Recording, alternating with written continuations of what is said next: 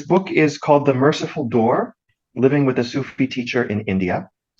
And it is about my Sufi teacher who passed away about a decade ago. And his name was Sayyid Muhammad Rashid al-Hassan Jili al-Kalimi. And everybody just calls him Pir Rashid Kalimi. So we can just call him Pir Rashid. أعوذ بالله من الشيطان الرجيم. بسم الله الرحمن الرحيم.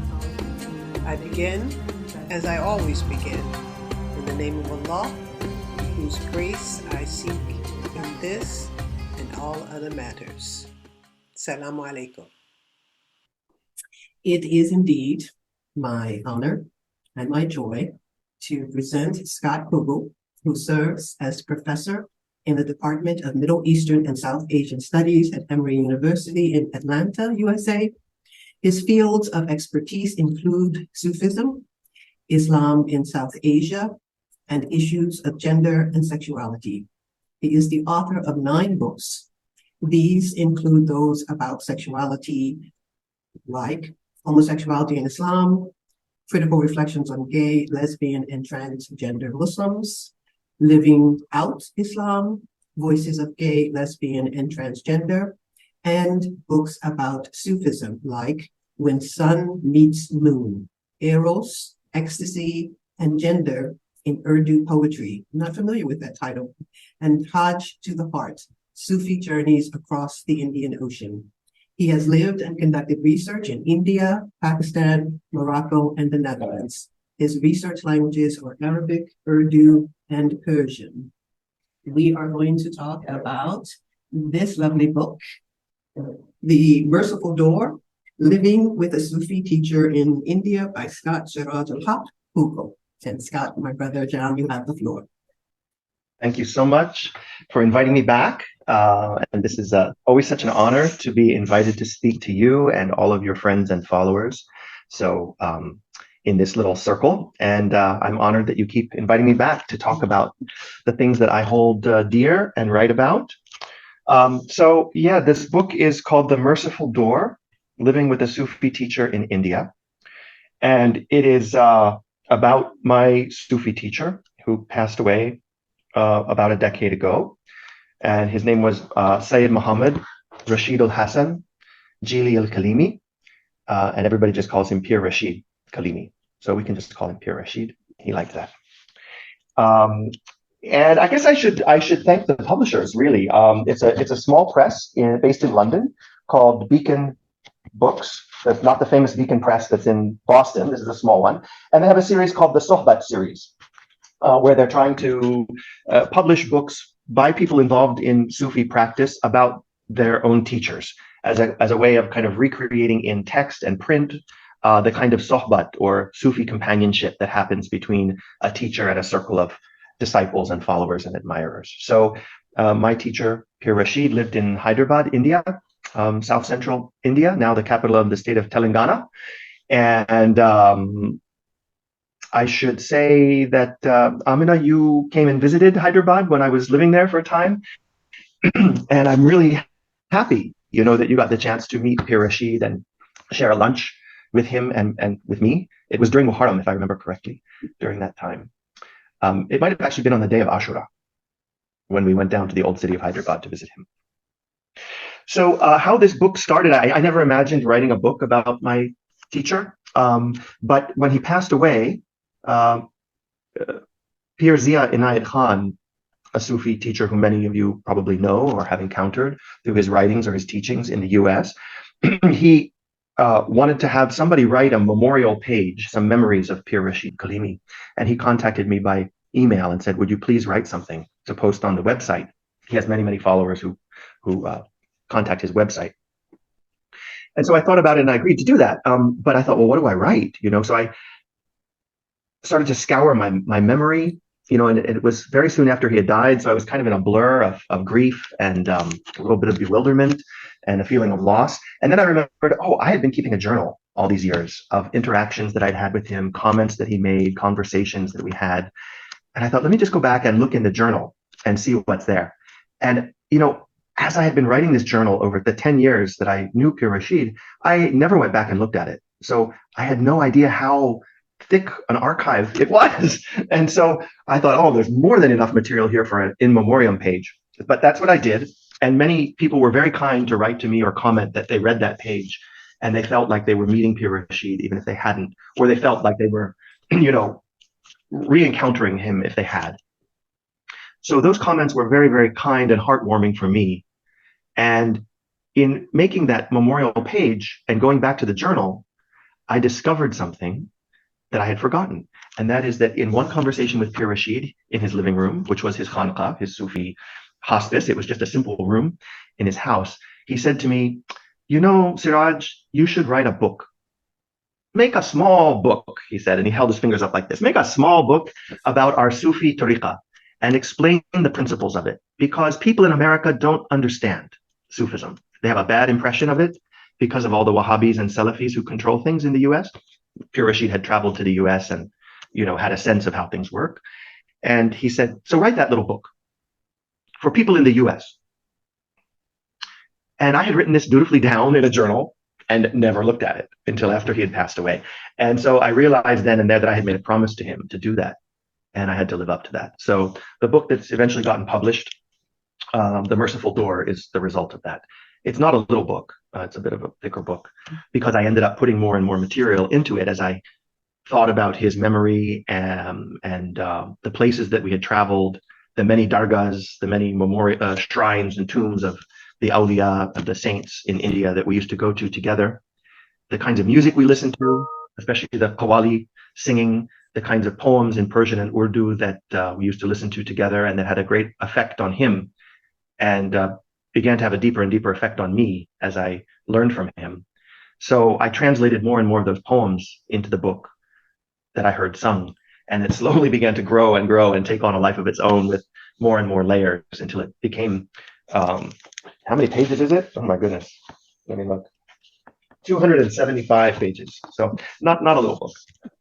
But I hope it reads lightly. I hope it reads like full of anecdotes and conversations rather than, like an academic book. And that was a challenge for me, I think, because I'd never written a personal book like this. And it reveals some fairly intimate things, some things that might be controversial, that some people might find controversial. And so it was kind of a challenge to myself to be able to write it and see it published. And I should thank a couple of friends too who read early drafts of it and encouraged me. Simi Ghazi is one friend who read a draft and said, "Wow, this is great. You should write more. You should publish this." And another friend who read it was Professor Bruce Lawrence, who had been my teacher in graduate school. He read an early draft and he said, "Wow, there are marvels in here." So without that kind of early encouragement from friends, I don't think I would have had the boldness to put all this down on paper and think of it as a book to publish. Yeah. The other thing I wanted to do is really thank the publisher, and his name is Jamil Chishti. What a lovely name. So his family name is the name of the spiritual lineage that Pir Rashid belonged to, the Chishti lineage. So Jamil Chishti was a really helpful publisher, and he agreed to something that I didn't think he'd agree to, and that is actually having the Urdu and Persian script in the book, as well as translations of the poems. And so that, I think, adds an extra beauty to the book. And I should thank my friend in India at Aligarh Muslim University. His name is Tariq Ashfaq, and he was the one who typeset all of those poems into Persian and Urdu, which is no mean feat. He did it on the computer, but there, lots of errors happen when you do the typesetting. So we went back and forth many times, making sure that the texts were correct, and he did a marvelous job. So that's kind of the background about the book. And there's a very old tradition in the Chishti order in India of the Malfuzat. Malfuzat is a kind of text. It's an Arabic word that literally means what is spoken, from the word lafz, or word, or spoken word. So malfuzat is the oral discourses of a Sufi teacher.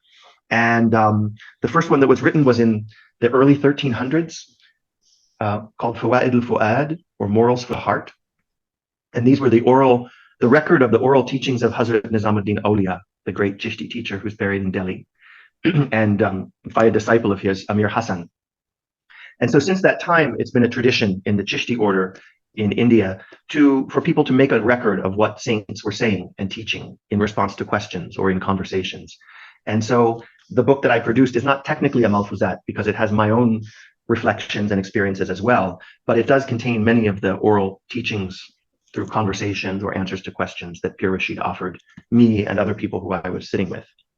So in a way, it continues that ancient practice of writing a malfuzat, a record of the oral discourses of a teacher. I tried to do it in a modern form. So that's how I think of the book.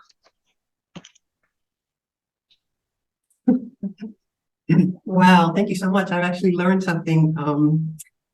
First of all, the reason why I have a copy, although I'm holed up here in Indonesia, where getting copies of English hard copies are not so easy, is because Jamil Jisti is also the publisher of my once in a lifetime memoirs about making Hajj.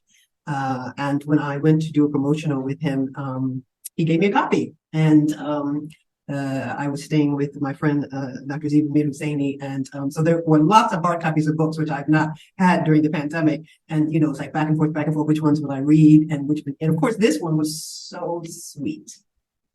I like the way you say, bold, but it is something that, captivated me, from the first pages.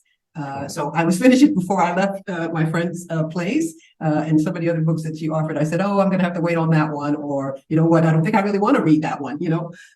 But this one here was just such a sweetness, and I like the way that you kind of say bold in that your acknowledgement of the tradition of the Malfuzat and your progressing it to kind of make it richer.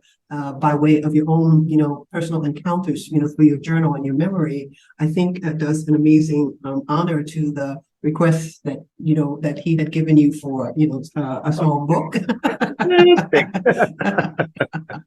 I also think that it would be very, very useful in terms of fulfilling his request. Because his thing was, introducing, the Sufi teachings, the ones that he shared in particular, with a Western audience, so that they have a richer, broader kind of understanding. And one of the things I was fascinated with when I was reading it is that you do this. You do the personal narratives, and then you give these like full poems and the Qawwali poetry, and as you say, with both the English translations of them and their original language and everything. And I thought, wow, this is like a teaching manual with regard to the Sufi way. And I thought that accessible way of doing it, was something that, in some ways, I find it outstanding from, the work that you've done. So, for example, when you did, the Living Out Loud book, one of the things that I thought was missing is like, well, where is Siraj's journey? Like, why doesn't he talk about his own, becoming? And then I get a whole book. So that part of it was like really, really nice because, of course, I've known you for, actually since you've been at Swarthmore. And I don't know how many years that is. Don't let's count that was 2001, maybe. 20 years plus. 20 years. I've known you in those places. We rode the bike together to see the Van Gogh Museum in the Netherlands. It was like so amazing because you don't know how much I love Van Gogh, and to stand that close to his artwork, I feel like I could just embody his personhood and his genius and his beauty. And then, of course, in India, Hyderabad, to be honest, is still one of my favorite places. Obviously, Ajmer also is just, one of those places I'm smitten with, whereas I actually hated living in India. Found it very difficult as a woman alone. So there are all of these little golden moments in the midst of all the muck and mire and everything. And coming to Hyderabad was like Ajmer, it's one of those places that when you enter into it, you have this vibrant sense of history, and history that's far older than, the country we were born in the United States. And yet it is a history that continues to thrive and to change and to be, met with challenges and to create challenges and, that kind of thing. Yeah. I have some selections that I may or may not read depending on how we go forward, but I wanted to ask you with regard to the title. You do explain it in the book. I'm not going to hedge it myself because you actually also end with it. But I think maybe if you could talk about, how you chose that title, how it resonated with you, and what its deeper meanings are. Sure. So, I begin with a verse from the Quran, and this is from Surah Al-Hadid. It's the 13th verse in that surah. And the Quran, I have a friend who once said to me, and she's a very adept Sufi and a scholar. I won't mention her name, but she once said to me, despite reading the Quran so much, there are times when I get really frustrated with the Quran. And I said, why? She said, so many images of hellfire and judgment, and the discourse just seems hard, hard edged. Then there are moments in it that are so luminous, but you have to encounter such judgmental language to get those pearls of luminosity from the Quran. And so that always stuck with me. And this is one of those moments where there's some hard language with a softness inside it. And I start with that. And this is the translation of it is, on the day of judgment, those who are hypocrites will say to those who believe, look at us that we might acquire some of your light. It will be said to them, the hypocrites, return from where you came to seek light. Thus, a wall will be erected between them, in which there is a door, whose outer aspect is pain, but within which is mercy. So even between this, in the middle of this hard language of a solid wall separating people who are hypocrites, who are condemned because of their moral failings from the people who believe, yet that wall has a door, and the door has an outer aspect which is pain, and an inner aspect which is mercy. And that verse from the Quran always stuck with me as a paradox or a riddle to figure out.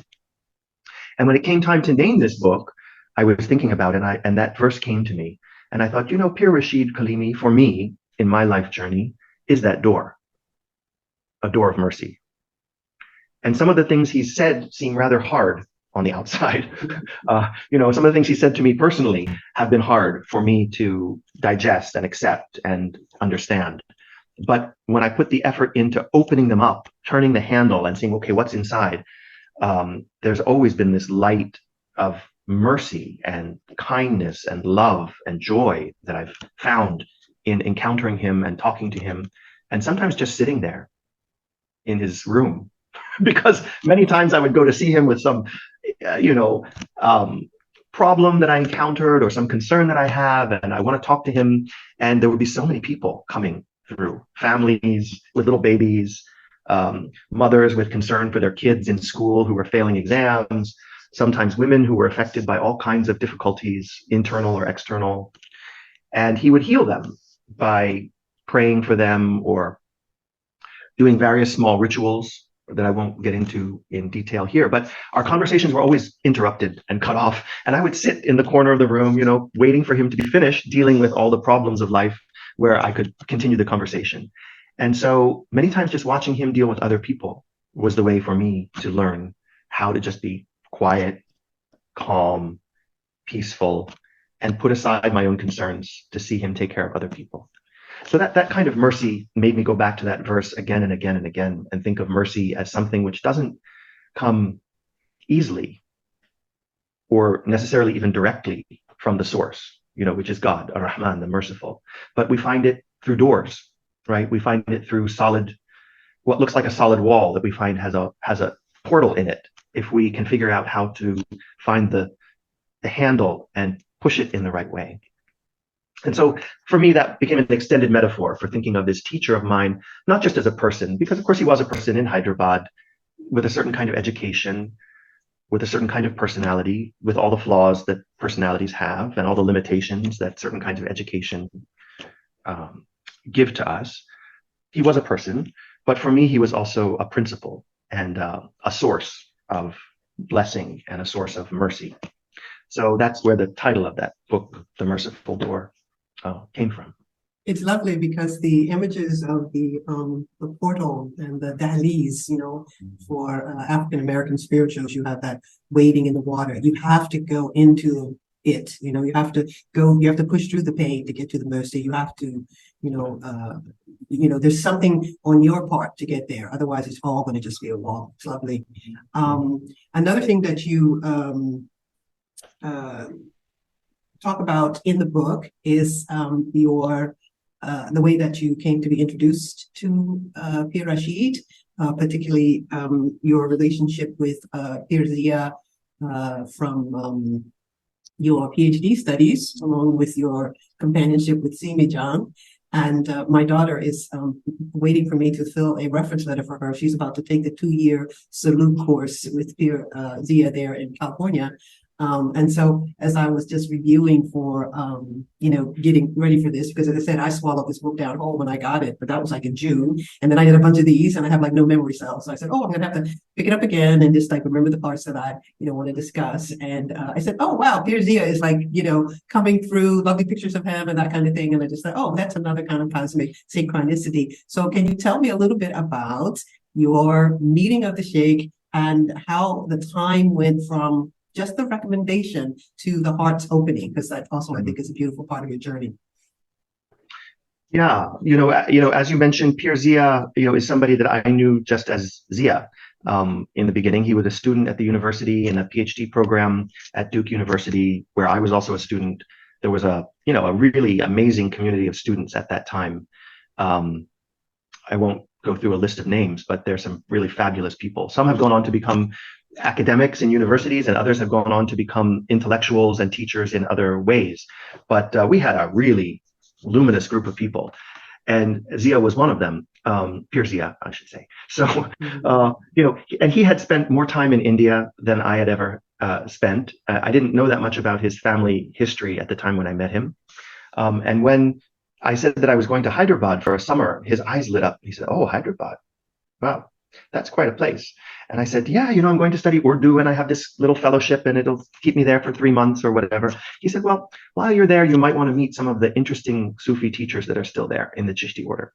I said, "Oh, really? Like who?" And he mentioned Pir Rashid and wrote his name down on a piece of paper. And I stuck that in a book, and the book got stuck on my shelf. And I went off to India to study Urdu and look at Persian manuscripts and think about what I was going to do for my dissertation and all the distractions of life. And I never looked him up. And years went by, and later I was working on my dissertation again in Hyderabad, because Hyderabad has such a rich collection of manuscripts and handwritten books in Persian and Arabic. It's a great resource for anybody doing Islamic history or medicine or especially Sufi studies. And so I was there, and I never met Pir Rashid. And it wasn't until much later till I'd moved to Philadelphia and I'd started teaching at Swarthmore that I actually had a bookshelf where I could get out my old books that I'd put into storage when I was in graduate school and put them on a shelf. And as I was arranging them on this shelf, it's a really dumb bookshelf that I bought from IKEA, but it was all I could afford at that time. But there I was arranging them, and I was having such a great time taking them out of the cardboard boxes. And this little paper fell out of one of the books, and on it was written Pir Rashid's name. And so the next time I went to Hyderabad, I had that information and I looked him up. So, the lesson there for people is that things happen at the right time, not at the time you want them, or when you think you want them, right? You may think you need something or want something, but you're not ripened for it yet. So I think people who get involved in Sufism often have similar situations, right? Where mentally you may aspire to something, but spiritually you're not ready for that yet. And the sense of frustration sometimes builds up. So, what an irony it was when I finally did meet Pir Rashid. And after I got to know him for some time, and I went to his house for a Qawwali session. It was the Urs of one of the teachers in the lineage. And that's an occasion where he calls many of the people from the lineage together to his house, which is the Khanqa, and has Qawwali music in his house. And I saw the way he reacted to the music. It was just beautiful, his emotional reaction to the music. And I thought, this is somebody who I really, really like. Suddenly my heart just went shattered, like, this is it. So I said, can I become your disciple? Could I take bayat with you? And he said, no. And that was it. And so, after all this, strange experiences, and then after suddenly having this intuition or an urge that, okay, he is somebody who could be my teacher, his answer was no. So I went away a little, very confused, very crestfallen and a little upset. And he called me back the next day and said, "Did you ask me something?" I said, "Yes." He said, "What was it that you asked me?" And I said, "Well, I asked you whether I could take bayat with you." And he said, "And what did I say to you?" I said, "You said no." He said, "Oh, well." And he asked me a couple more questions and then said, "Why don't you come back to the house and I will give you bayat?" So that's how it happened. which I guess is necessary to kind of like, there's a little bit of egoism involved in this feeling like, oh, I'm going to have a teacher. This is really great. This is what I've always wanted. And maybe he felt like that had to be crushed a little bit before it could be accepted. That kind of irada, the irada is wanting to be a murid. But it's not just wanting to be a murid. It's wanting something deeper from someone, right? A connection to something, a connection to resources that you hope are going to help you grow spiritually. It's a deep, deep want. I mean, irada really means a desire or a want. And so there's a danger in that always of there being a lot of egoism involved in that want. So maybe that was his way of just giving me a little warning, like. So in the years that followed, your, I don't know what to say, sort of the comfort that is expressed here in terms of the ease with which you could approach him, to spend time in his company, to learn, through him, and also, to face your own challenges with regard to the fact that, there's always going to be so many people, and you express some discomfort with crowds and all that, which is a big thing in terms of India, period. But in the years that came, I really get a sense of a kind of companionable relationship that allowed you to both grow, but at the same time to relax. And at a certain point, you felt like you were ready to sort of explain why you were not inclined towards the heterosexual marriage that was being sort of encouraged. And he had to kind of be introduced, and then he began to demonstrate some of the ways in which he was clear, and like no judgment. Do you want to talk about that? Yeah, I guess that for me, that's the heart of the book. And it doesn't come right away in the book, because it also didn't come right away in my encounters and learning with him.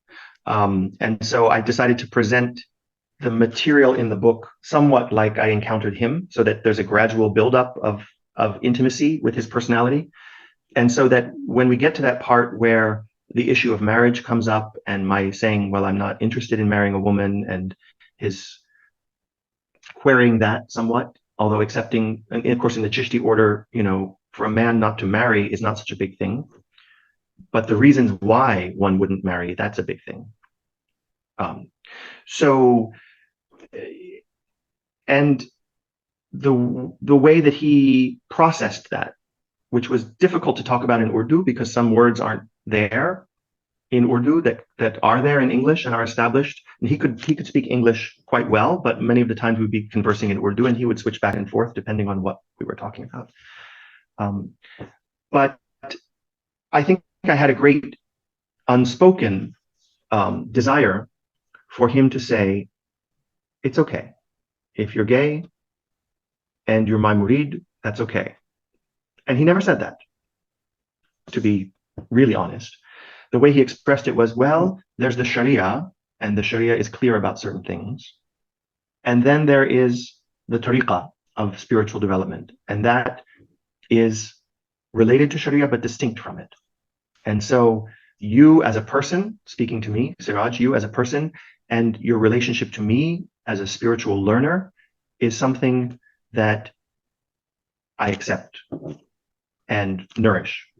But if you're asking me to make pronunciations about the Sharia and in Islamic law, what's acceptable, not acceptable, in terms of sexual relations or gender roles, he wasn't going to take a reformist approach to that. And that was hard for me to hear and to digest.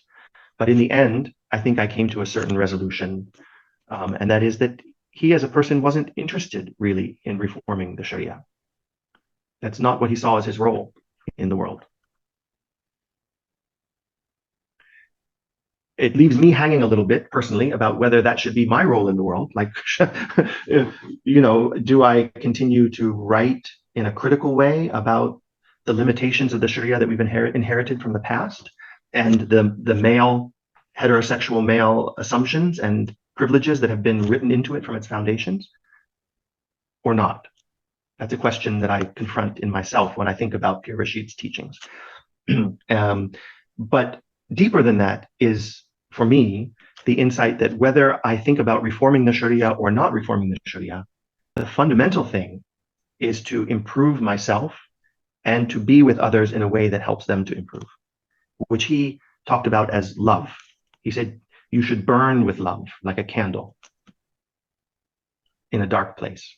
And he says it doesn't matter whether the candle is in a bar where people are drinking or in a mosque where people are praying. The function of the candle is to burn, and in burning to give off light. So yeah, yeah. And so it's hard to reconcile all the dimensions of what he was telling me, especially about very sensitive issues of sexual orientation and gender roles. But I tried to record his words as honestly and as faithfully as I could, and also to record my own attempts to understand them and to digest them and to integrate them into my life as I moved forward with him and now without him. How other people are going to read that from their own positions, I'm not sure, because there are some people who are really struggling, and are in very vulnerable positions when thinking about their own sexual feelings or their sexual orientation, or they're struggling with gender identity. And I don't know whether Pir Rashid's words are going to be comforting to them or nourishing for them in the way that eventually I found them for myself to be comforting and nourishing. That was part of the risk, I think, of writing this down in a book and publishing it. I guess why I was saying that I thought it was bold what I was doing, because I wasn't sure how it was going to be received, especially from the circle of friends and companions that I have in the LGBTQ Muslim communities, because it's not the easy answer that I wanted, and that many people want, and some people maybe desperately need, is for an authority figure, a mullah, a jurist, a Sufi teacher, a father, an uncle, to just say, it's okay. You are who you are. You love who you love. It's easy. That's not the answer that he gave to me. And yet you talk about, the value of his not only statements, but over time his affirmation that there was no judgment. And in that respect, I think it is okay. I think that, it may not be the words in the expectations, that we may have, but in its affirmation of the worth of you as his student, there's no difference, so yeah, anyone in the gallery who wants to engage, I will need you to raise your virtual hand. And also, there was a question in the chat about whether or not you have a spoken version of your book for someone who has reading challenges. Wow, that's a wonderful question. Thank you for asking that. I don't have that myself. And I wonder whether the publisher is intending to make an ebook. Some electronic books are machine readable if you have that software, where an electronic book or other kind of electronic digital text file can be read in a voice by a computer program. Some ebooks are available in that format. Do you know, Amina, whether Jamil Chishti is doing electronic publishing of books? I do know the books are electronically published. We did have a conversation about that, but I don't know about whether or not that is available for everything that they've published. But also because your book has more than one language, it creates a little bit of a software challenge, because it's either going to be a straight Urdu program or a straight Persian program, but yours is English. So like, how do you get, so yeah, there are a few challenges that will come with it, but yeah, it is something, taking note of. And also there's a future. You can in the future, endeavor to do, other aspects of it. And also the publishing company may get more facilities to do that. So inshallah, we will become more inclusive in that way, all of us. Thank you again for the question. Nobody has raised their hand. And let me see, we have another question well, let me just read some comments as well, because I think it's always nice to know that people are saying things.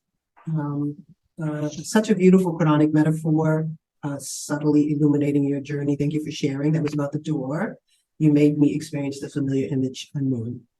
And then the question was, how was the connection endured and evolved? How has the connection endured and evolved after his passing? And you talk about his legacy in your community. Yeah, it's one of the questions I actually want to ask as well. So please. Thank you for those questions. Yeah. So at a certain point, I had been living in Hyderabad for some years, and I write about it in the book, actually. I had some rather strange experience in Delhi near the Dargah of Hazrat Nizamuddin Chishti, Nizamuddin Aulia, that indicated to me that maybe I should go to America, but I didn't want to go back to America. And I consulted with Pir Rashid, and he sort of said, well, I would want you to stay here, but if you had these experiences near Nizamuddin, that's important, and maybe you should go back to America.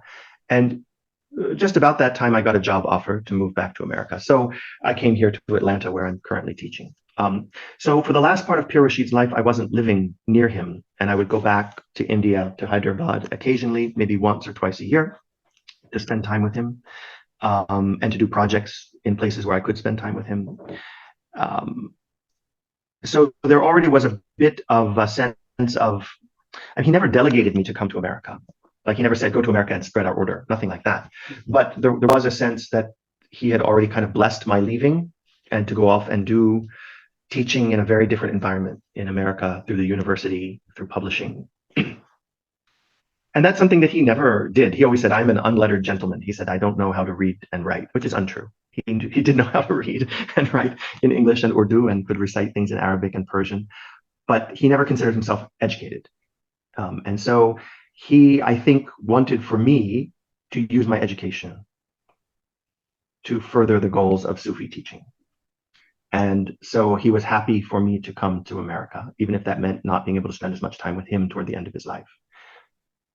So once he died and was really not present, it was already as if I had kind of prepared a bit through the separation of being away in America and having a professional life in the university, far from his environment. So then the question was how to continue that in a new environment. And I had no intention of setting up a community here in Atlanta, but that is sort of what happened. As people met me in Atlanta, and there were many Sufi folks in Atlanta who were looking for a place to gather and somebody to lead zikr, and a place where to meet, fellow travelers on the way. I was able to work with some very creative individuals here in Atlanta to make that happen. And so now we do have something called the Kalimi Khanqa in Atlanta, where we follow the Kalimi Tariqa, which is the Tariqa that Pir Rashid was in and continued. And it's called the Kalimi order because it comes from Sheikh Kalimullah Shah Jahan Abadi, who was a great teacher in Delhi, who died around 1726, if I didn't make a mistake. And Sheikh Kalimullah, was a madrasa teacher. He was an educated person and also a very charismatic Sufi teacher who took the Chishti Sufi order, which is a very dominant order in India, and combined it with the Qadri Sufi order, which is a very international Sufi order found in regional varieties everywhere.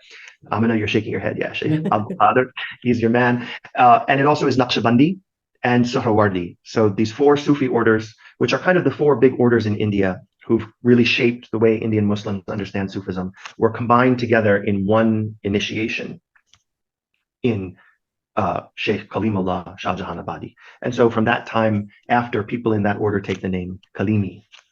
And so that's what he represented. So in Atlanta, that's what we do.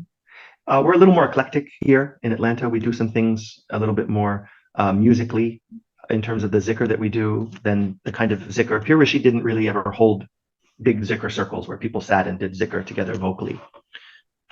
In his teaching, you did zikr individually on your own, or else you went to a different gathering, like a big gathering in a mosque for an important day like Laylatul Qadr, and you did zikr with thousands of people. But he didn't have a distinctive style of zikr that he did with a circle of followers. But in Atlanta, we do that. And partly because doing zikr together in a kind of more melodious way, I found to be really necessary in America. Like, that was a way that people could get together and they could learn to shut up and stop arguing with each other. Because, it's like people in America are very, very opinionated and outspoken and assertive, and that's all good in certain contexts, and it's very destructive in other contexts. So getting together and being okay, we're going to sit and do zikr together, and there's a melody and there's a formula and there's a song to it, I think is really healing and helpful for people, I've found. it certainly has been for me. Mm. So that's what we do every Sunday. And if people want to join in, I mean, I don't want to do like invitations or anything, but there is an online component to it, which I resisted for a very long time until COVID hit, right? And then we couldn't meet in person, so we did everything online. And now that life is continuing in a hybrid way, yeah, there are people sometimes join on Sunday evenings around 5 o'clock Atlanta East Coast American time. And if people want the link, I can try to send that out. You can share with me, and I can put it, but only on the closed spaces. I don't put it public. Yes. And I'm only saying that because somebody was asking for that in the chat. Otherwise, that's not the purpose of this conversation. Yes. Another question that you might know off the top of your head is, where is this book available? Oh, I don't know that off the top of my head. Online booksellers, I guess, or you can write directly to the publisher. Yeah. The thing is that I know that they were able to put my book on Amazon. Do you know if it's on Amazon? I haven't checked because I have a copy. I believe that it is. Yeah, I think the intention with Jamil is to make copies available to the different publishing houses that he manages, but also to submit them to some of the bigger publishers. In any case, I will as well look for Connect, because I'm not Beacon. Originally, he was going to publish my book at Beacon, and instead he ended up going with one of the other publishing houses. And at the moment, I like totally forgot what that was. But I can get the connection just by email pursuit to Jamil directly. But I can't post it here. I'm sorry. That's what I just want to say to people. I can't share it right now because I don't have it. I mean, people can go to Amazon and get it, or they can look up Beacon Books and Media in the UK, and maybe through their website. And of course, it's always better to buy directly from the publisher, if you can, in terms of politics, right? Rather than giving your money to some big corporation, which may get the books at a discount from the publisher. You could give all your money to the publisher and then see more books come into the world, because Amazon doesn't care if there's more books or not. They just want to sell things for their own profit. But in addition to their profit, it is available because one of the gallery members checked it while we were chatting. So just in case that turns out to be, faster, easy, or whatever, I feel like every paper dollar bill that we have, there's a certain part of it that is already burning with corruption. And if you stop making, that paper bill significant, it might be easier for you to do certain transactions. And at the same time, when you have the privilege of being able to do things differently, you don't even have to do exchanges by paper money. You can do exchanges by barter. So we have to balance between the two things, I think. So it's nice to know that it is a little bit more of a facility that way. But at the same time, I will still ask Jamil Chisti about it may be the same one that's used for my book, but I don't want to say that. And I don't know if that one off the top of my head either. So at least I will try to get that. And I think I'll write to Jamil Chisti also, not only to tell him that we had this great conversation with so many, interested and engaged listeners, but also that the idea of putting out an electronic book that is more readable for people who don't visually read, or an audiobook version that might be useful for people. I'll just ask him about that and see what he says. That's really, publishers are the ones to make those decisions, not authors. Once you give a manuscript to a publisher, they have their own sense of how to market it and circulate it. But I can certainly suggest these things to him. Yeah, good. Can you let me know, or my assistant, depending on which email address you use? And more than one. In fact, I wish that there was some way that I could embed in the electronic book recordings of the songs, so that people, as they encounter them, as translated poems in the book, could actually just click on a link and hear a great Qawwal in Pakistan or India sing that song. As it is now, you can do that. You can go on YouTube and type the title of the song and try to find a rendition of it. Most of them would be available in multiple renditions. YouTube has now a vast archive that people have posted of Qawwali songs in Persian and Urdu. So that might be a fun way to read the book, is to hear the songs as you read. Never thought. I don't know about other people, but I can't listen to Qawwali and read something at the same time, or listen to Qawwali and do anything else. But some people can do that, have it going in the background. Especially those of us who don't know Urdu or Persian, Urdu or Farsi, because then it is just like melodious background. Whereas with certain things, certain languages and everything, I find it's a little bit more of an imposition to trying to process one language that might be hard for reading. I don't know. I don't know if because you experience the Qawwali much more deeply because you know the languages and you have already had a certain connection to the poetry within them. So that maybe, maybe there's more of a challenge for you to like say, okay, well now I'm gonna, Yeah. write my Well, in the thesis. in the Chishti order, it's one of the particularities, I guess, of the Chishti order is we consider listening to music, if it's qawwali, if it's devotional music, we consider that ibadah, we consider that worship. And so, there are lots of rules around it. If you really go to a qawwali session at a dargah, you don't eat or drink while you're listening. You don't talk to people, although everybody's talking to each other, but you're not supposed to. Everyone's taking cell phone pictures, and you're not supposed to do that either. They're all being human while they're also To the point that if privileged. somebody comes into the gathering and they say salamu alaikum and they greet you and they're your friend and they wave hi, you're not supposed to greet them back, right? Which is a big deal, not to return somebody's salam, but in times of worship, you don't do that. So if you're really sitting and listening to qawwali, it's the time to focus. Whether you understand the words or not, it's a time to concentrate and focus and try to connect your soul to the souls of the teachers that have listened to that song before. Yes. And if you do it in that way, it becomes a very powerful, it's called nisbat, right? In Urdu, Persian, Arabic, it's creating a spiritual link or relationship with a source of power, teachers who came long before. I didn't know that. Somebody has found the link to the publisher, and it's in the chat. So anybody who's interested, before we close the meeting, you might want to just copy paste that to your own files. It was shared with everyone, so everyone can get a copy. Can get a copy of that link. Please also get a copy of the book. I think the experience of it for me, after knowing you for more than 20 years, is one of so much delight, but also one of like really inspiration because of the vulnerability that you express in terms of your journey. Like you don't make it out as if, I got this phone number from, classmates in my graduate studies, and then I went off and then the rest of my life was transformed. Like you really talk about, the evolution, the challenges and all that kind of stuff. And I think that that's, in one way, an aspect of, why it's so meaningful. It's just so full bodied. And at the same time, the reverence for example, the poetry from the Qawwalis and, other Sufi teachers and all that kind of stuff is also very clear. And I just, I love that balance. I think we may have one question. Ayman, you want to speak, or you want to, however you like, you can unmute yourself or take your camera or. Hey, assalamu alaikum. Thank you very much. This is a little bit off topic because the book sounds very beautiful and everything, but I wondered if you had, Dr. Kugle, if you had heard about events in the last several weeks in Dearborn, Michigan. And I don't know what you're referring to. No. Okay. In different school districts in the United States, people have been accusing the school districts, I'm talking about public schools K through 12, of promoting gender ideology and obviously critical race theory, all these kinds of things.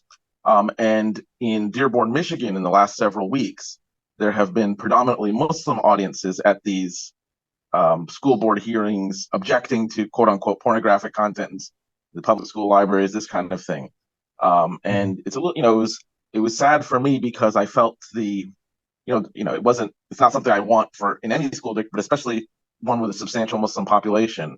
So I just didn't know if you had followed or heard of this and seen, what kind of things that we can do to prevent people from falling into this, to me, misguided path of antagonism. I would say. I'm not sure what the right way to say it. So thank you.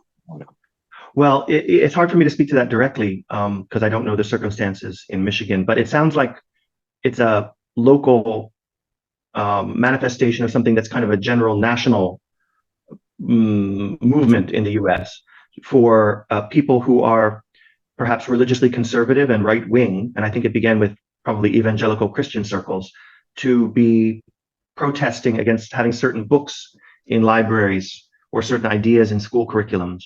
And those, might be something as simple as gay people mentioned, or transgender issues discussed, or having a character who is trans in a book.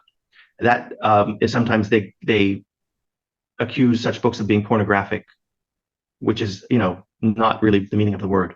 So those kind of discussions are percolating up, let's say, from the local level in school boards and some local election races, because of course the midterm elections are going on right now in America. So it's not a surprise, right, that these things, wedge issues, come up from the religious right. I hadn't really heard about Muslim folks in America being part of that movement. It seemed to me to be a predominantly kind of Christian, right-wing evangelical movement, but perhaps in Michigan with such a dense Muslim population, the dynamics are different. I have a link to a letter of protest that was sent to me over the last few days. Anyone who is interested, if you are any group in my network, I actually have posted it on the Patreon page.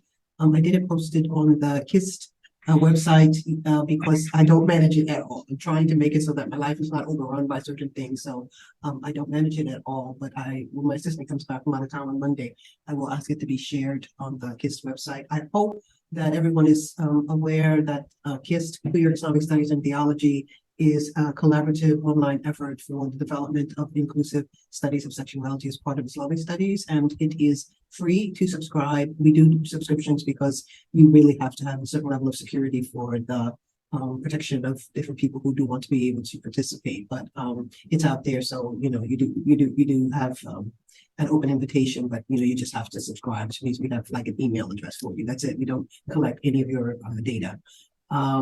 So it will be posted there as well by Monday when my assistant gets back. I think you're right, Suraj, that it's just a conflation of the population, the density of population of Muslims in that area. They become the far right for these kinds of discussions, whereas where you are in the Bible Belt, it's still going to predominantly be, the Christian right. Same, to me, same costume, just cut out a different cloth, and it is particularly anti-inclusive perspective that is of concern to some other people, U.S. wise, and that's how I got wind of it. So, I'll share a copy with you too. Yeah. So just so you have a little more information if you're interested in concern. Okay. Anyway, we are at a nice place to close. Again, thank you for agreeing to come on, and thank you for writing this and all your works. Thank you for introducing me to your teacher. Thank you for hosting me when I was there. I love the little snippet you write about me. I never considered myself to be fierce, but I don't know. Oh, no? I don't. Especially in public speaking, I'm very Libra. But I do think I hit hard on certain points in terms of, intolerance for exclusive kinds of perspectives on issues about Islam. Go ahead. I meant fierce in only the best way, and I'll end this with there's a story. I mentioned Fawaid al-Fuad, the Morals for the Heart, the Malfuzat text of Hazrat Nizamuddin Awliya. And actually his death anniversary is coming up, not this weekend, but next weekend. In that book, in the 1300s, he said to people who were listening to him, and it came up about, are there holy women as well as holy men? And he said, yeah, of course there are holy women. And he said, if you're in a village, of course, this is India, right, in the 1300s. If you're in a village and out of the jungle into the village comes a lion, do you stop and ask whether the lion is a male lion or a female lion? Fierce. Fierce, right. No, you just appreciate the fierceness and you give it proper respect.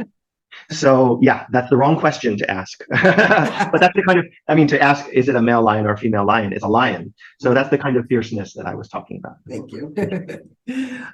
We will also, keep your sheikh in our dua that, the light of Allah will continue to shine on his grave and upon all of his students, yourself included, because we need that light. Thank you so much for sharing it with us. Ameen. Thank you. Thank the gallery for joining, and hope to see you soon and further events along this line. Assalamu alaikum, everybody. Wa alaikum assalam.